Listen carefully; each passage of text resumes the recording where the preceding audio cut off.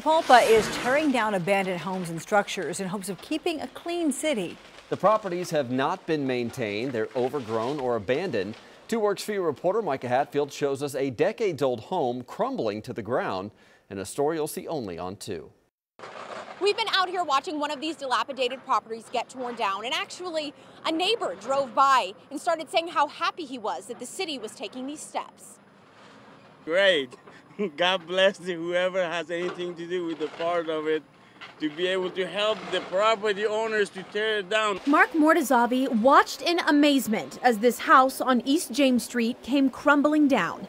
He's lived in the area for 20 years and says no one has lived in or maintained this house for about the last 10. It's crazy.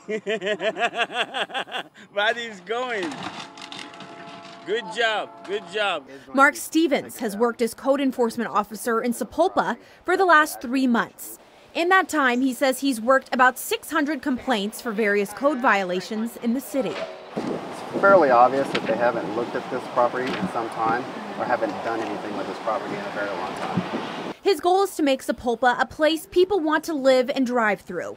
And that means getting rid of abandoned, overgrown structures. He says the 6 properties that are set to be demolished now pose safety risks, fire concerns, and maybe home to wild animals.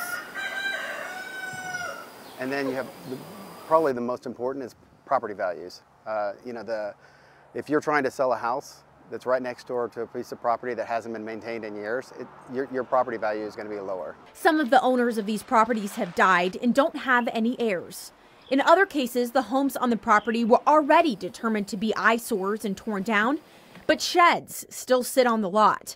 After sending numerous notifications to the owners, Stevens says for these 6 properties, it's the end of the road. When the city does maintain a property, they do put a lien against the property if the invoice is not paid for maintaining it. So it's not for free. There's going to be another 6 dilapidated properties up for public hearing in Sapulpa at the end of the month.